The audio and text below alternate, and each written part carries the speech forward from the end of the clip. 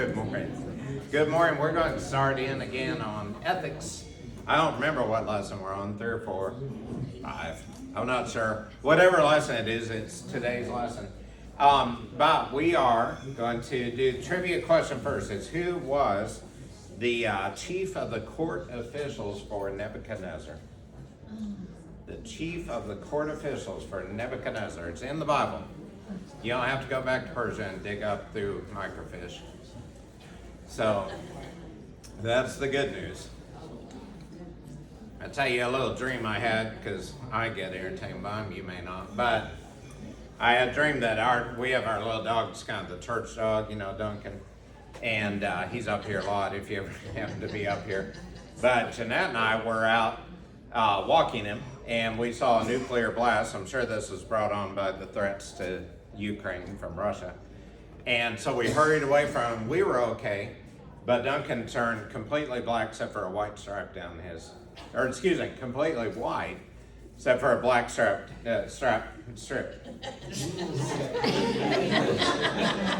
Norm talking, take two. Yes, that's right. So he turned completely white except for a black strip down his back.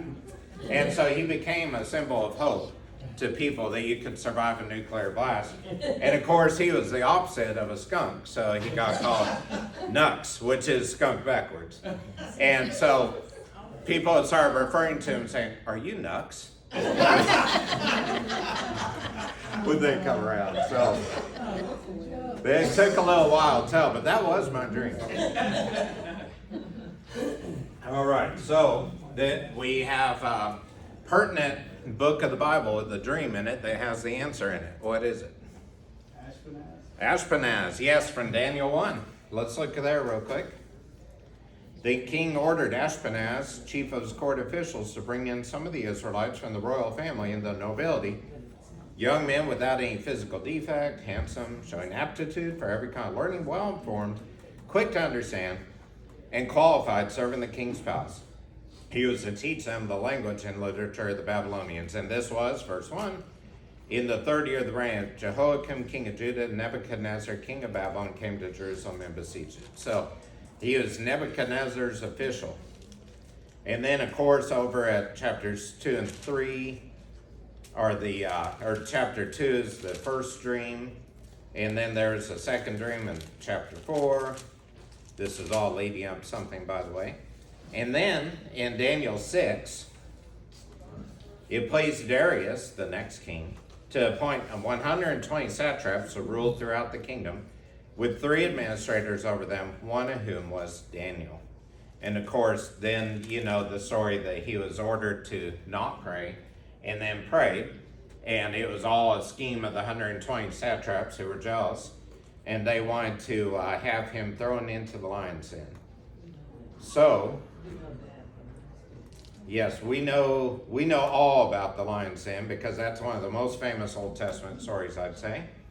And so, then these men, let's go to chapter 6, verse 10.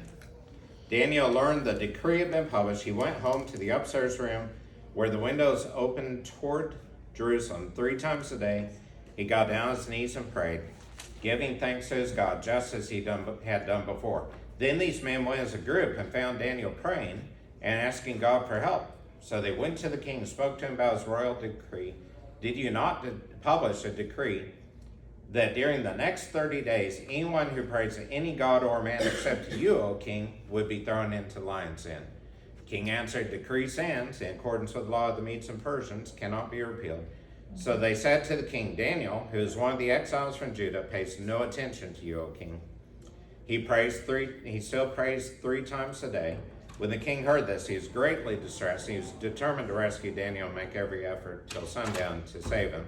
The men went as a group to the king and said to him, remember, O king, that according to the law of the Medes and Persians, no decree can be changed. So the king gave the order. They brought Daniel and threw him into the lion's den. The king said to Daniel, may your God, whom you serve continually, rescue you. And then, of course, they went through the night.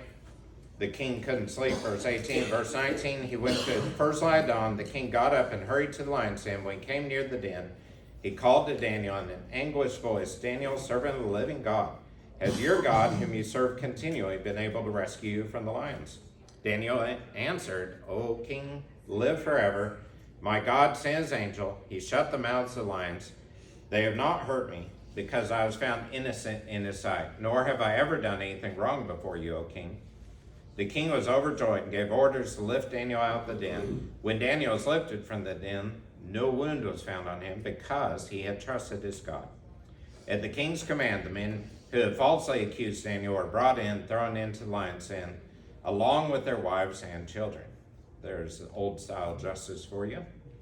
Before they reached the floor of the den, the lions overpowered them and crushed all their bones. Then Darius wrote to the people, nations and men of every language, and he issued the decree that people must fear and reverence the God of Daniel.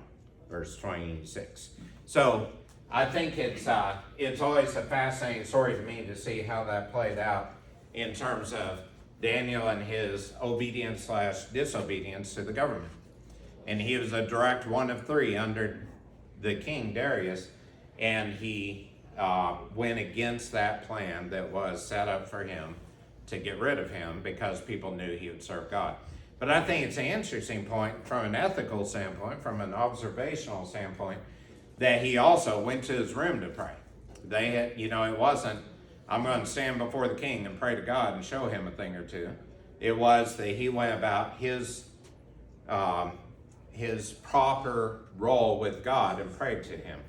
And I think if not for the guys, the other 120 presumably going to find him because they knew he'd pray, then it wasn't sort of an in-your-face issue. It was presumably, I think, praying for the country, praying for the challenges before them, the issues that he had determined where he would be serving the king because of the role God had placed him in there. So I find it also interesting that when we look back, for instance, at the story of Joseph going into Egypt, he went, he was thrown in the cistern by his brothers. He was taken off by a tribe of mercenaries or merchants, one or the other, one of those mers. And then he was taken into Egypt, sold in slavery. He ended up in the household of Potiphar. Potiphar's wife came after him, unjustly accused him of trying to rape her, essentially. And then he ended up in prison. And then when he got out of prison, by interpretation of dreams again, although I think that's kind of coincidental, but with that interpretation of the dream, he was 2 years later allowed to be freed from prison and became second in command in all of Egypt. So you have Daniel as one of the three sort of vice presidents of Persia. Daniel is sort of the vice president of Egypt, and I don't think either Persia or Egypt would be considered to be a righteous country. If you really think about, serving and being in charge of something, it wasn't that he had established righteousness in the government. It was that God placed him in that spot to ultimately deliver, in that case, in Egypt, the Israelites who had come to the country, and, he reunited with his brothers, brought his father down. There were about 70 people that went to Egypt, and then through the course of time, the Pharaoh that knew them died, started to enslave them. They were in slavery about 400 to 430 years, depending on which way you read that verse. It may be they were in slavery from the time they entered the country. Well, let me rephrase that. From the time they entered the country till they left was 430 years. Maybe 30 of that was spent in peace, 400 of that in the slavery. And either way, it was 430 years to the day that they departed Egypt, of course, after the Passover of the death angel. So, having said all that, though, the people were, I think, relatively content to be where they were placed. Where there was Daniel as one of the top three, secondary only to the king. Where there was Joseph, he was second to Pharaoh, and seemed to be very thankful for that role, but yet very godly in that role. So, with those stories in mind, let's look over 1 Peter 2.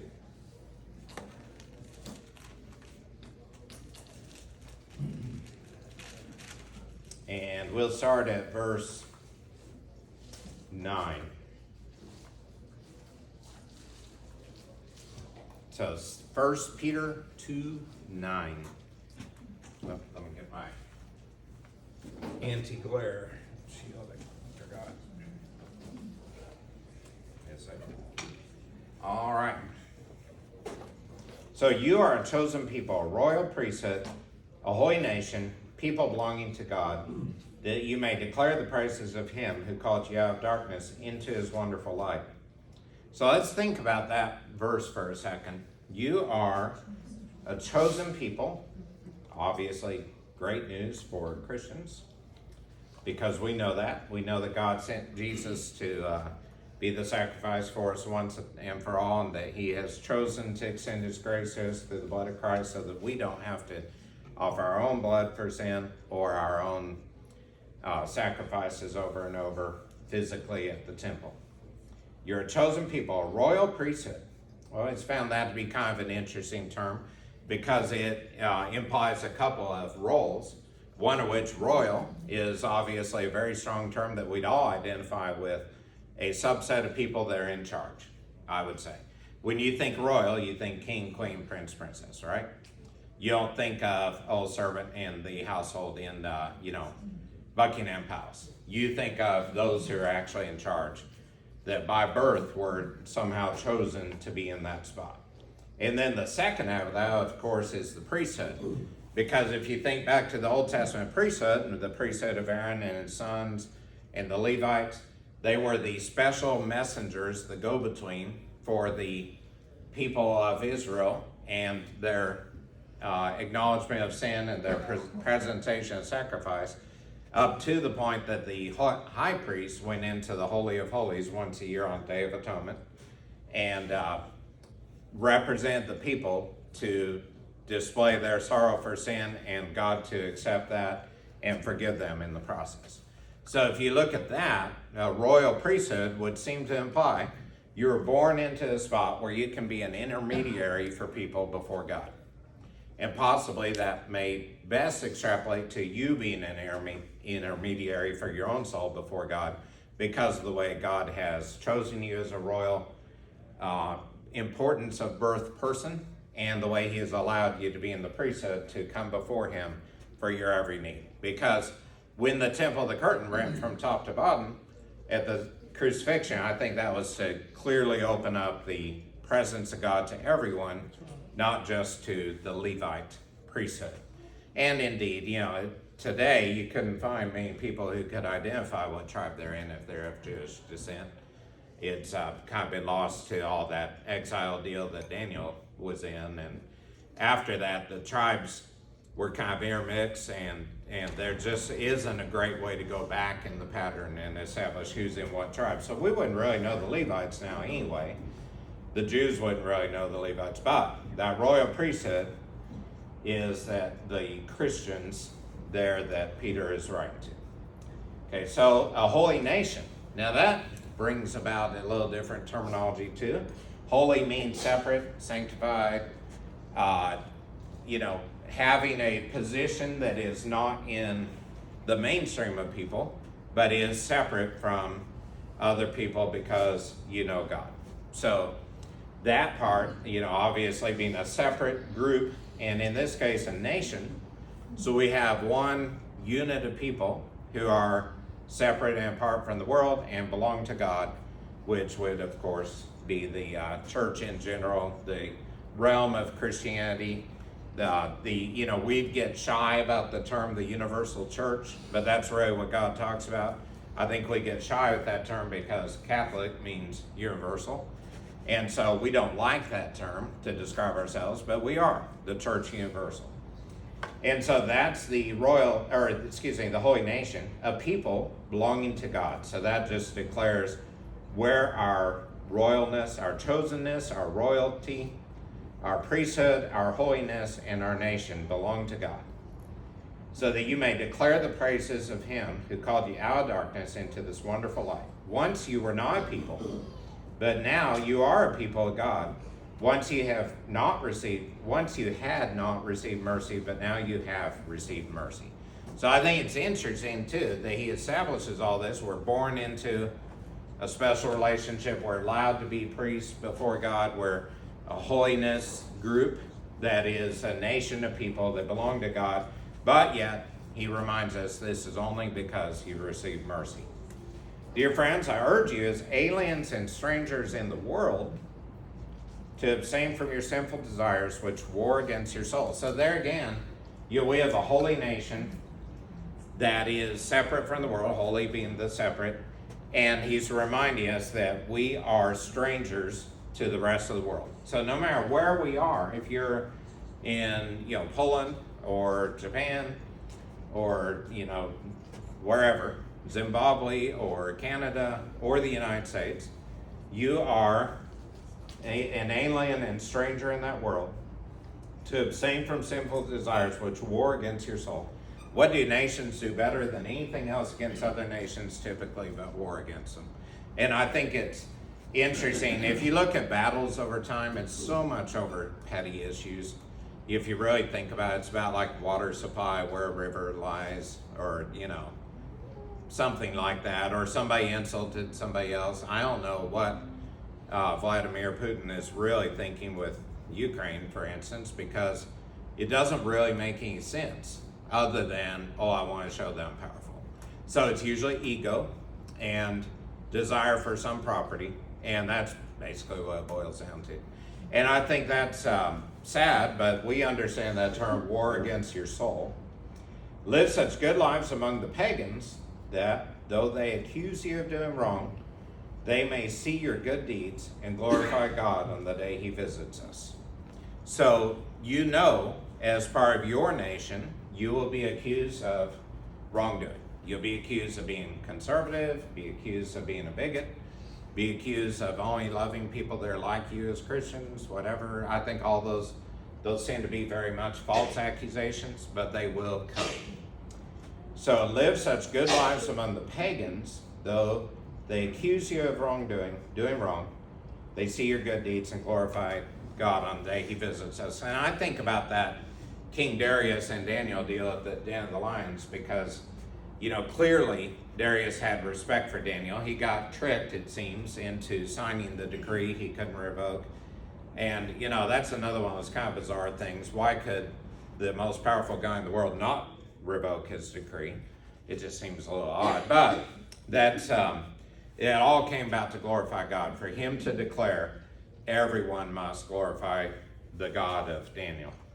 And I think Daniel, maybe more than many, was accused of doing wrong, but he was able to see the good deeds and glorify God on the day he quite literally visited him with the angels that shut the mouths of the lions. So I think that's all very interesting set up to this, which is about government, which is what we were talking about last week too, Romans 13. If you didn't have a chance to be here, we did Romans 13 last week. This is sort of the semi-parallel verse.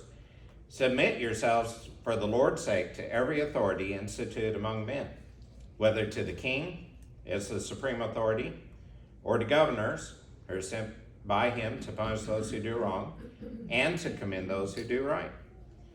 For it is God's will that by doing good you should silence the ignorant talk of foolish men.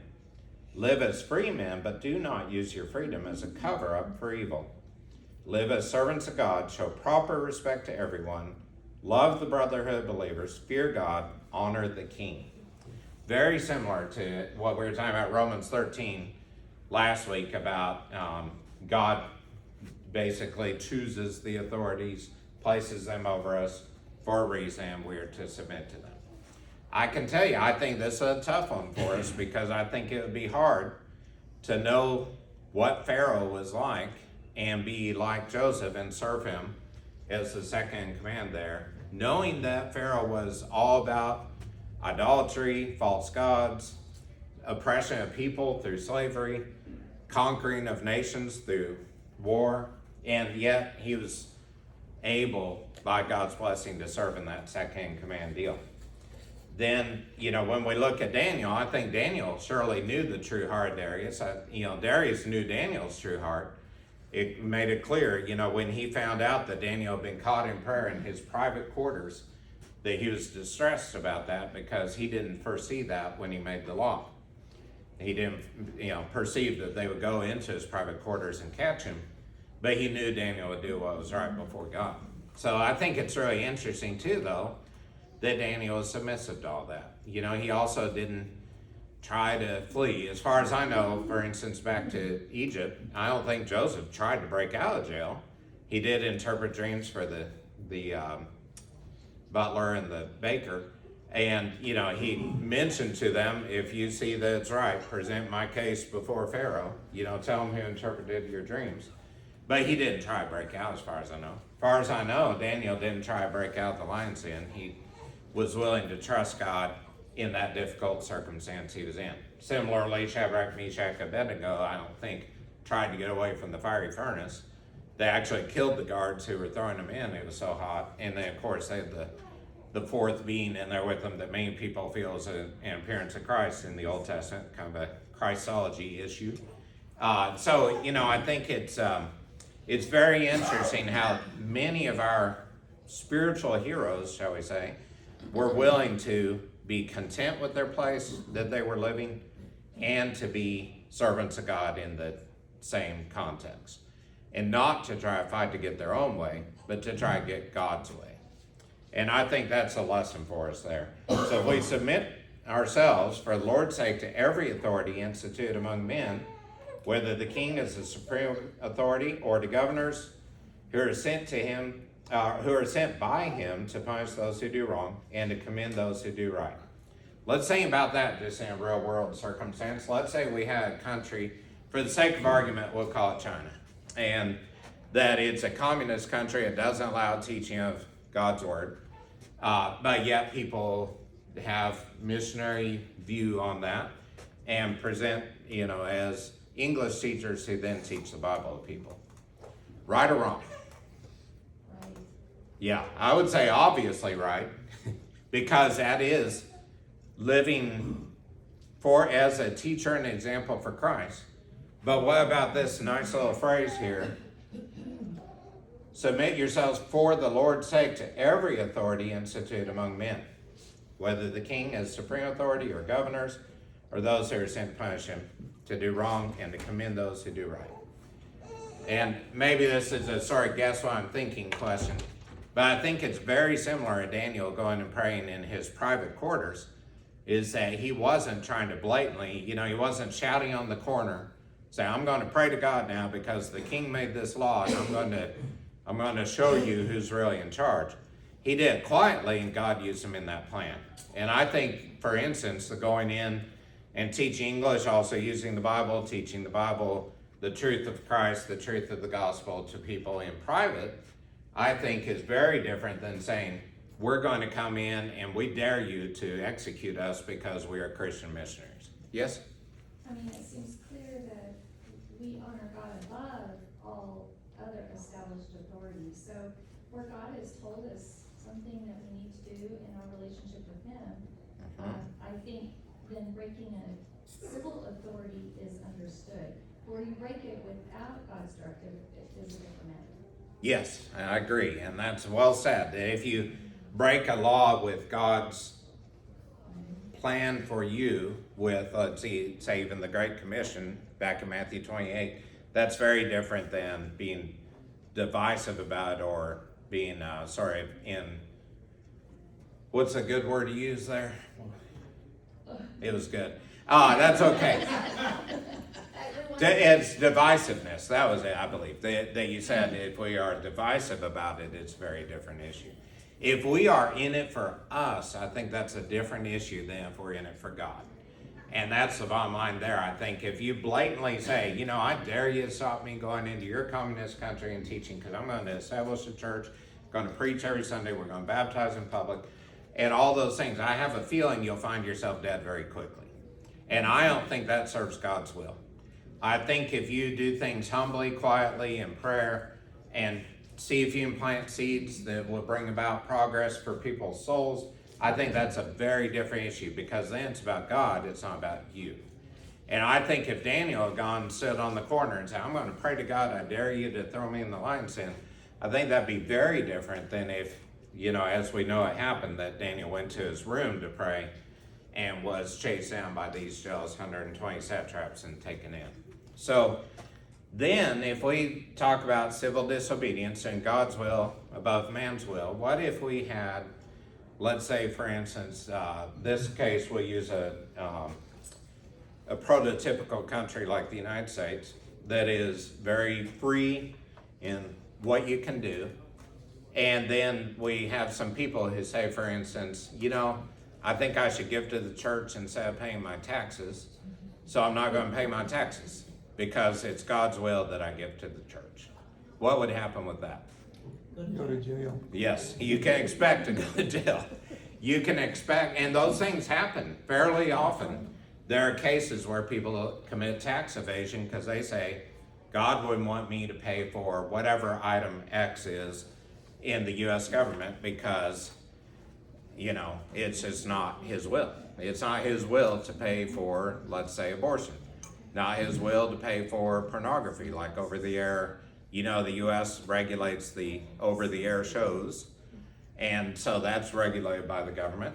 And there are a number of things like that that you could pick and choose. Say, hey, I just don't want to pay taxes because I only owe to God what is God's. And of course, we read the verse last week in Romans 13. But if you owe taxes, then pay taxes. It is our blessing to have the opportunity, the freedom we have, that we sort of have a little bit of a give and take there. And that's not to say you're not going to send in your check, say, I want to specify this money for abortions. But it's kind of like what I was talking about last week with boycotts, is that sometimes if you boycott the big picture of, say, Home Depot that we were talking about last week, then you miss that the company is full of individuals that have different needs than what the company has declared. And I think it's really important to keep that perspective, that a soul is a soul. It's not a grouping of people that are that are the way we should view our evangelism. We should teach souls about the greatness of the mercy of God. So let's look a little further here. So if we, I'll just read that verse again. Verse 13, 1 Peter 2:13. Submit yourselves for the Lord's sake to every authority instituted among men, whether to the king as the supreme authority or to governors who are sent by him to punish those who do wrong and to commend those that do right. For it is God's will that by doing good you should silence the ignorant talk of foolish men. I believe that refers back to that verse 12. Live such good lives among the pagans that though they accuse you of doing wrong, they may see your good deeds and glorify God on the day he visits us. That we should live as it's God's will that by doing good you should silence the ignorant talk of foolish men. God's will prevails. Live as free men, but do not use your freedom as a cover-up for evil.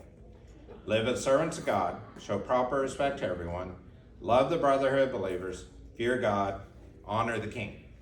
So if you know that I do a fair amount of side study on cults and other religious groups so that I feel like we can understand enough to know what to say to them about the truth of God.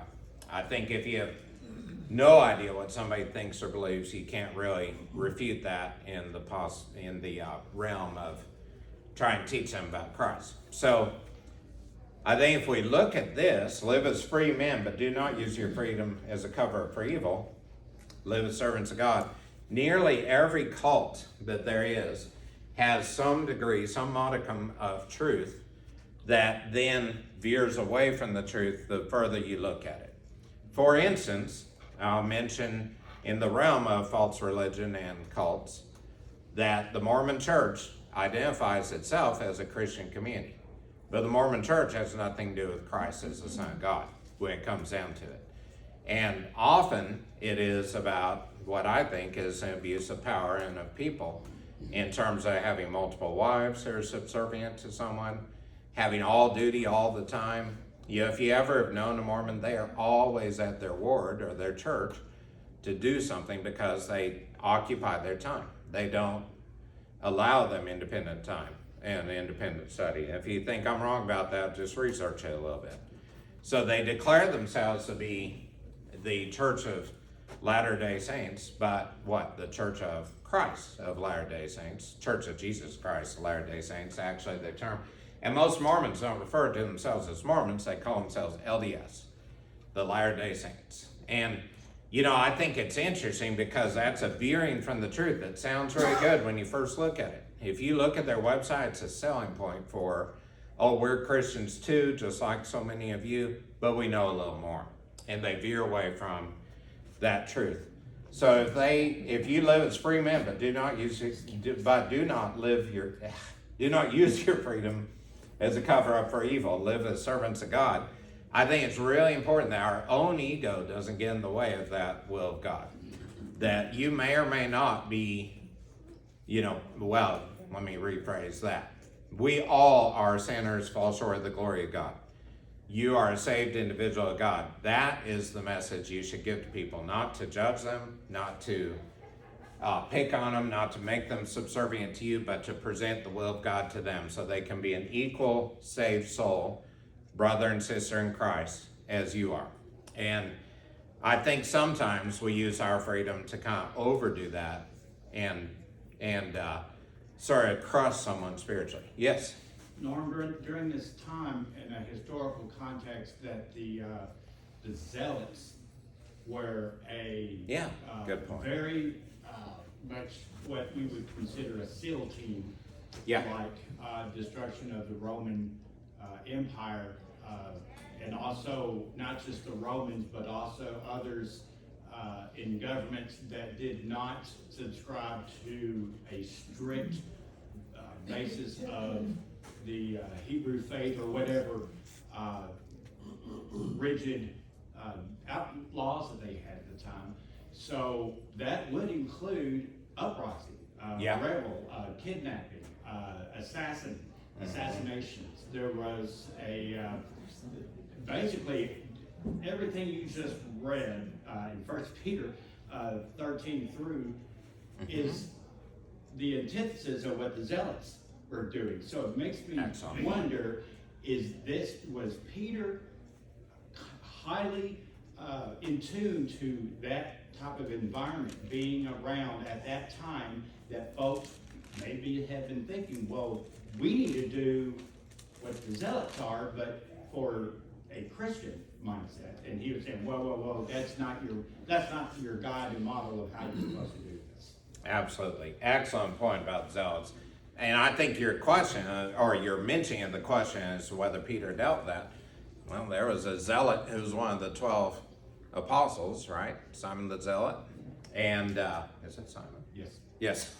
Oh, boy, when I said that just sounded wrong. Or Greg. But, what's that? Greg. I think his name is Greg. Yeah, that's right. It's some common, Steve. it's always the most common name. Simon was it. Yeah, Simon the Zealot. And then if we look at who Peter wrote to, let's say 1 Peter 1:1. Peter, an apostle of Jesus Christ, to God's elect, strangers in the world, scattered throughout Pontus, Galatia, Cappadocia, Asia, and Bithynia. That was a huge area, by the way. That was a large area of scattered Christians who have been chosen according to the foreknowledge of God the Father, through the sanctifying work of the Spirit, for obedience to Jesus Christ and sprinkling by his blood. Grace and peace be to yours in abundance. Be yours in abundance. So I think it's interesting that he was writing to a huge swath of Christians who are probably dealing with all these issues of, complaints about them, the pagans complaining, the not realizing they're the royal priesthood or a holy nation. They probably felt very much alone out there in the Roman Empire, which is that basically encompasses the whole area between Israel and Rome. And that was just a huge section of Christians. So I think it's interesting that when they live as free men, don't use your freedom as a cover up for evil. Live as servants of God. Show proper respect to everyone. Love the brotherhood of believers. Fear God. Honor the king. Now, that even might be a relatively strong standalone section, but let's go on. Slaves, submit yourselves to your masters with all respect, not only those who are good and considerate, but also to those who are harsh. For it is commendable if a man bears up under the pain of unjust suffering because he is conscious of God. But how is it to your credit if you receive a beating for doing wrong and endure it? But if you suffer for doing good and you endure it, that is commendable before God. To this you were called, because Christ suffered for you, leaving you an example that you should follow in his steps. So I think it's interesting that it goes right from honor the king, honor the governor, honor the government. You are placed under them for a reason, and it was for the Lord's sake. Verse 13, submit yourselves for the Lord's sake to every authority. And then he mentions what I think most of us would perceive as the worst situation of all, which is to be owned by someone and regarded as only property and not as a soul, in the slavery there. And, I'm thankful that for the most part, I don't think we have a lot of slavery in America today. I do think there are cases of sex trafficking. I think there are cases of drug dependence and using people as mules to deliver drugs, for instance. There are people who are in church and cult situations where they are slaves to that circumstance. And so slavery exists. I mean, there's no doubt. We just don't have a national program of slavery for the last 160 years. But slavery does exist in the world too. There are places in the world that still make people subservient and make them into property instead of souls. But what he says here is, just as you submit yourselves for the Lord's sake to every authority, you also should be the obedient slave. So I think it's interesting that in any circumstance, we should rise up to be the Christian that knows we're forgiven by grace and God's mercy and is willing to present that to other people, and not willing to be arrogant and haughty about that, not try to lord it over other people, but be the way Christ was in verse 22. He committed no sin, no deceit was found in his mouth. When they hurled their insults at him, he did not retaliate. When he suffered, he made no threats. Instead, he entrusted himself to him who judges justly. He himself bore our sins in his body on a tree, that we might die to sins and live for righteousness. By his wounds you've been healed. For you are like sheep going astray, but now you have returned to the shepherd and overseer of your souls. So no matter where you are a royal priesthood, you are a holy nation, you are a forgiven child of God, and a brother and sister in the kingdom of Christ, in the church universal of Christ. And we should represent ourselves that way. I'm guessing from the noise next door, it's nearly time. Any other comments on that for now? Yes? Well, Daniel, when he went in to pray into his room, he knew the window was open, Oh, sure. facing Jerusalem, and I don't know who was walking around out there that was. Well, I think the 120 satraps. Yeah. And he wasn't afraid because he was doing what the Lord had commanded him to do with the window open. And about the comment on the taxes, if you didn't pay your taxes, perhaps, and if you had to pay extra, then you would have less to contribute to the Lord's work. Well, Just as a. here's where I disagree with that. And the comment, just for the sake of the tape, was if you pay taxes, you then have less to give to the Lord. Is I think we give to the Lord first. And I think no matter, in my opinion, I think if whether you consider it tithing, faithful giving, good stewardship, if you give to God from gross possession rather than post-tax possession, I think that's the answer. I think that's more trusting of God to take care of you than to say, 38% of my money's gone to the government, I'll give on 62%. And I think that's the faithful move of stewardship. So, yeah, yes?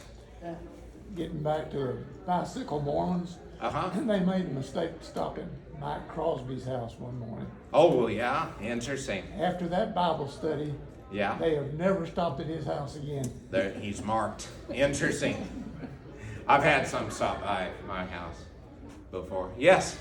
But what she said was, if you don't pay them and you have to pay the extra penalty, she didn't say if you, not paying your taxes, but she said if you pay your taxes late and it uses money out of you, that you can give to the Lord after, Sure. if you have to pay more, that's what Judy was saying. Yeah, and I understand. I mean, I just think it's important to realize that everything we have comes from God anyway. And I don't personally think it's civil disobedience in God's name to not pay taxes.